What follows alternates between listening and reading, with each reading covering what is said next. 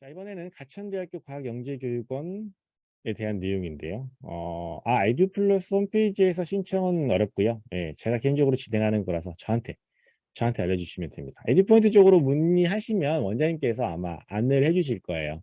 예, 그러니까 그 안내 받으시고 예, 저한테 연락을 주시던지 아니면은 이제 뭐 다른 뭐 카페나 블로그 같은 경우에 제가 이제 공지를 올려두니까요. 그런 것들 참고하셔가지고 신청하시면 되고요. 자, 이번에는 가천대학교 과학영재교육원입니다. 자, 선발 일정 쭉 살펴보시고요. 여기서 이제 제가 여러분께 보여드리고 싶은 내용은 1차 서류 및 관찰평가, 2차 심층 면접 이런 방법으로 학생들을 선발한다라고 하는 내용들 안내 드리고 싶어서 이 내용을 가지고 왔습니다. 예, 서류 전형과 면접 전형. 자, 어떤 과정으로 학생들을 선발합니까? 심화 과정에 초등 과정이 있고요. 이제 중등 과정이 이렇게 있습니다. 슬기로운 과학자, 즐거운 과학자, 행복한 과학자 이렇게 돼서 2023년 기준 초등학교 4, 5, 6학년이니까 현재 기준은 초등학교 3, 4, 5학년이 되겠죠. 그렇죠? 가천대학교 영재교육원은 몇 학년부터 그 초등학교 3학년부터 현재 초등학교 3학년부터 지원이 가능하다. 여기 바뀌었어요. 지원 가능한 학년이 바뀌어가지고 3학년부터 지원이 가능하고요. 중등은 중등 과정으로 지원하면 되고요. 가천대학교 영재교육원 같은 경우는 특별한 것이 이렇게 지원 가능 지역이 서울, 인천, 경기, 서울, 경기, 인천 수도권 지역에 있는 친구들은 모두 다 지원을 할 수가 있어요. 그래서 학생들이 많은 관심을 가지고 준비를 하고 있는 것으로. 네. 영재교육원도 잘 진행이 돼서 학생들의 만족도도 높은 걸로 보이더라고요. 그래서 이런 영재교육원이 있다. 이렇게 선발이 된다. 보시면 여기 지원 자격에 대해서 한번 보시면요. 제가 방금 말씀드렸지만 서울, 경기, 인천 소재의 초등학교 3학년부터 4학년, 5학년, 6학년까지 지원이 가능합니다. 중등 과정은 현재 6학년이 이제 지원을 해서 내는 중등 과정을 수강하는 거예요. 이렇게 진행이 된다라고 하는 거 확인하시면 될 것 같습니다. 여기 보시면 또 뭐냐면 영재 학급이라든지 영재 교육을 1년 이상 받은 친구예요. 이 가천대 같은 경우도 영재 교육원 이수 이력이 있어야 지원이 가능합니다. 그런데 특별히 브리지 과정을 이수하면 지원이 가능하대요. 그래서 가천대학교 과학영재교육원은 교육부 인가를 받은 정식 영재교육원이 맞고요. 과학영재교육원을 지원하기 위해서 다니는 브리지 과정은 그냥 사설 영재교육기관 이렇게 되는 거예요. 그러니까 학원이랑 비슷한 거예요. 다니면 좋고요. 그 친구들에게는 어떤 자격이 주어지느냐? 가천대학교 영재교육원에 지원할 자격이 주어지는 거예요.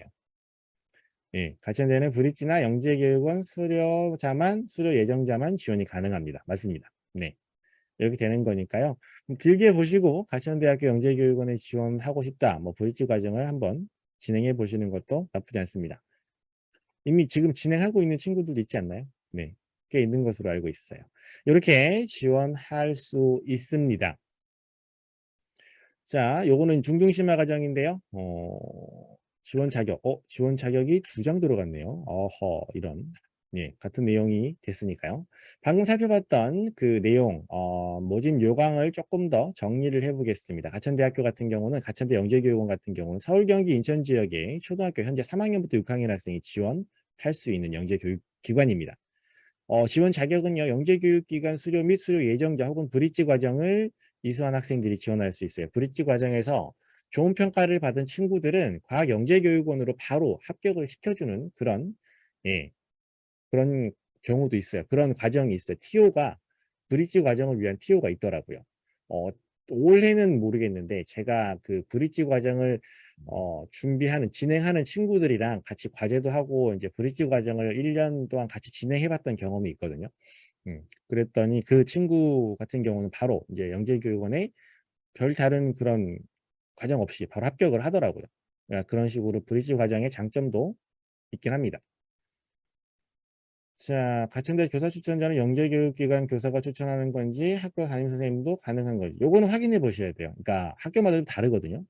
근데 보통은 학교 선생님이 추천하시는 것이 보통이에요. 근데 만약에 지금 과천대학교 같은 경우는 영재교육 이수자만 지원할 수 있다라고 했으니까 학교 담임선생님 또는 영재교육기관 선생님이 둘 다 추천서를 작성하는 것도 가능할 거고 요거는 모집 요강을 한번 보시는 것이 정확할 것 같아요. 네. 아니면 이따 끝나고 제가 살펴봐 드릴게요. 자, 1차는 서류 및 관찰 평가로 진행이 됩니다. 자기소개서와 개인 산출물 요약서를 제출하게 돼 있어요. 모집 요강에 보시면 자기소개서를 제출하라라고 하는 내용이 없거든요. 제출 서류에 자기소개서가 들어있지 않습니다. 하지만 지원서를 작성하려고 접속을 해보면 학생의 자기소개서를 입력하도록 되어 있어요. 그래서 자기소개서 양식이라든지 질문이 잘 공개되지 않은 상황이고요. 개인 산출물 요약서라고 해서 학생이 했던 어떤 탐구, 연계성을 표현할 수 있는, 확인할 수 있는 그런 탐구 에 관련된 이런 산출물도 제출하도록 되어 있습니다. 이런 것들을 이용해서 학생들이 면접 대상자가 된다면 심층 면접을 통해서 최종 합격자를 선발하게 됩니다. 이런 과정으로 선발이 진행되는데요. 자, 자기소개서 문항이에요. 요거는 이제 그 지원서 작성할 때 홈페이지에 나오는 그 질문을 제가 요약한 거예요. 자기소개서 문항은 지원 동기랑 성취하고자 하는 자신의 미래 모습에 대한 내용을 작성하도록 되어 있고요. 본인이 지닌 뛰어난 능력, 흥미, 특기에 대해서 이렇게 질문하고 있어요. 자기소개서 앞에서 경인교대도 보셨지만 여기 가천대도 그렇고 뒤에 보실 다른 영재교육기관의 자기소개서 문항이라든지 양식들을 보시면 대부분 비슷비슷한 내용을 물어봐요. 영재교육원에 왜 지원했느냐, 영재교육원에 와서 어떤 탐구를 하고 싶으냐, 아니면 뭐 본인의 장점, 약점 혹은 본인이 했던 기억에 남는 탐구는 무엇이냐, 장래희망은 무엇이냐, 뭐 이런 내용들, 친구들을 도와줬던 그런 인성과 관련된 내용은 무엇이냐, 이런 질문들이 보통 나오거든요. 그래서 그런 것들을 학생들이 영재교육원을 준비한다면 한번 어떤 내용을 작성하면 좋을지에 대해서 고민해 보는 것이 좋습니다. 이렇게 자기소개서 문항 확인해 봤고요. 요거는 이제 1차 서류 전형에 제출해야 되는 개인 산출물 요약서가 이런 형태로 되어 있어요.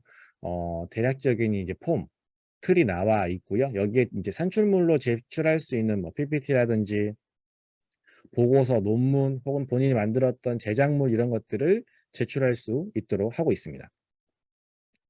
그래서 산출물 1개당 2페이지 이내로 작성하고요. 산출물이 2개 이상인 경우라도 1개까지만 작성해 주세요라고 한 거 보면 산출물 1개를 2페이지로 요약해서 작성해서 제출하는 겁니다. 이거 역시 앞에서 말씀드린 것과 같이 영재교육 그러니까 본인의 어떤 탐구 과정을 정리해서 본인의 어떤 영재성이라든지 창의성, 잠재력 이런 것들을 증명할 수 있게 보내시면 서류를 준비하시면 되거든요. 어떤 내용을 해야 되느냐? 뭐 아까 말씀드린 것처럼 본인이 했던 여러 가지 뭐 탐구들, 실험들, 발명품 뭐 다양한 거 될 수 있어요. 본인이 책으로 어떤 내용을 읽었는데 그 내용이 인상 깊어서 실제로 확인해 보기 위해 뭐 실험을 간단하게 진행했다라고 하면 그런 내용들도 충분히 할 수 있고요. 수학 문제를 풀면서 어떤 내용을 배웠는데 그 내용이 인상 깊어서 어떤 활동, 어떤 문제 더 풀어보았다. 이런 것들도 하나의 본인의 영재성을 입증하는 자료가 될 수 있습니다. 그러니까 이런 내용들이 필요하다. 자, 그 다음, 가천대 영재교육원 1차 서류 평가에 합격을 해서 면접 대상자가 됐어요. 그러면 이제 지난해 어떤 문제들이 나왔느냐, 자기소개서 검증, 그 다음에 개인 산출물 요약서 검증에 대한 질문들이 대부분이었어요. 어떤 공통 문제가 있거나 학생들에게 지식을 요하는 그런 문제보다는 그 면접 자체, 면접 본 학생들 자체 그 어떤 자세라든지 이런 것들을 많이 평가하고요. 제출했던 서류가 사실인지를 많이 검증을 하려고 합니다. 발표도 막 시키고요. 그래서 이런 내용들을 맞춰서 가천대학교 영재교육원을 준비하신다면 이런 내용들까지 염두에 두시고 그러니까 심층 면접에서 이런 것들을 주로 이제 물어본다라고 하면 이걸 고려해서 앞에서 이런 서류들 있죠. 자기소개서랑 개인 산출물 요약서를 이 면접을 대비해서 더 크게 길게 보고 면접에서 이런 것들을 확인하니까 어떤 자료를 어떤 내용을 넣어야겠다. 서류 준비할 때부터 큰 그림을 그리고 준비를 하시는 것이 맞습니다. 그죠? 저 같은 경우는 그 면접에서 대부분 자기소개서랑 그 제출했던 산출물에 대한 내용들을 검증하거든요. 물어본단 말이에요. 그러니까 자기소개서라든지 산출물 자체가 그 자체로만 평가가 되는 것이 아니라 그 자체로도 평가가 되지만 이 내용이 이제 면접에서 학생들에게 질문으로 나오니까 그 질문이 될 수 있는 자료니까 훨씬 더 그 자기소개서가 전체의 10%가 반영된다라고 되어 있다 하더라도 면접에서 그 내용이 문제로 나오기 때문에 10%보다 훨씬 큰 비중을 차지한다고 볼 수 있잖아요. 그래서 처음에 이제 서류를 만들 때부터 면접까지 고려해서 함정 같은 걸 파요. 함정이라고 하면 좀 그렇고 자기소개서라든지 산출물에다가 면접관들이 궁금해할 만한 내용들을 넣습니다. 그 내용을 넣어요. 아, 내가 면접관이라면 이 내용이 궁금해서 질문할 수 있게 그런 내용들을 언급하고 제출합니다. 정확하게 뭐 어떤 내용인지 구체적으로 막 답을 해야 되는데 그런 거 함정을 파는 거죠. 이 자기소개서를 봤을 때 이 내용을 질문할 수밖에 없게끔 이렇게 서류를 제출하는 거예요. 그러면은 그 서류를 제출하게 되면 그 친구는 면접에서 그 질문을 반드시 받게 되겠죠. 그죠? 그러면 정해진 면접 시간 동안에 몇 개의 질문들을 받을 텐데 그 몇 개의 질문 중에 내가 한 개의 질문에 대해서 완벽하게 준비를 해갔어요. 어떤 질문이 나올지 예, 자기소개서나 산출물에 함정을 파두고 그 문제가 그 질문이 나오도록 유도하게 되면 면접을 훨씬 더 효과적으로 준비할 수 있습니다. 어떤 문제가 나올지 모르는 상황에서 면접을 준비하기보다는 서류 제출할 때부터 이런 면접을 대비해서 준비를 해두시는 것이 효과적이에요. 이거는 어떻게 보면은 저의 그 어떤 노하우라고 할 수 있는데요. 제 밥그릇인데요. 알려드립니다. 네. 가정대학교 과학영재교육원은 자기소개서가 있으니까 자기소개서에 관련된 도움만 받고 싶다. 아까 보여드리는 대로 여기 보여드리는 대로 자기소개서 특강 진행하시면 되고요.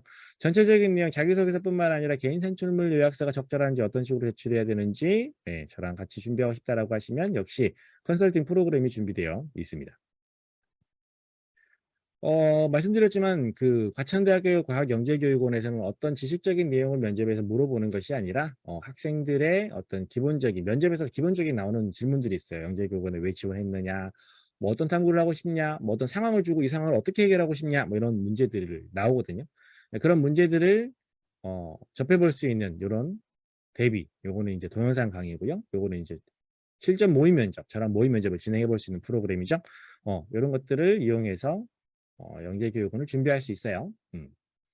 이렇게 안내를 드립니다.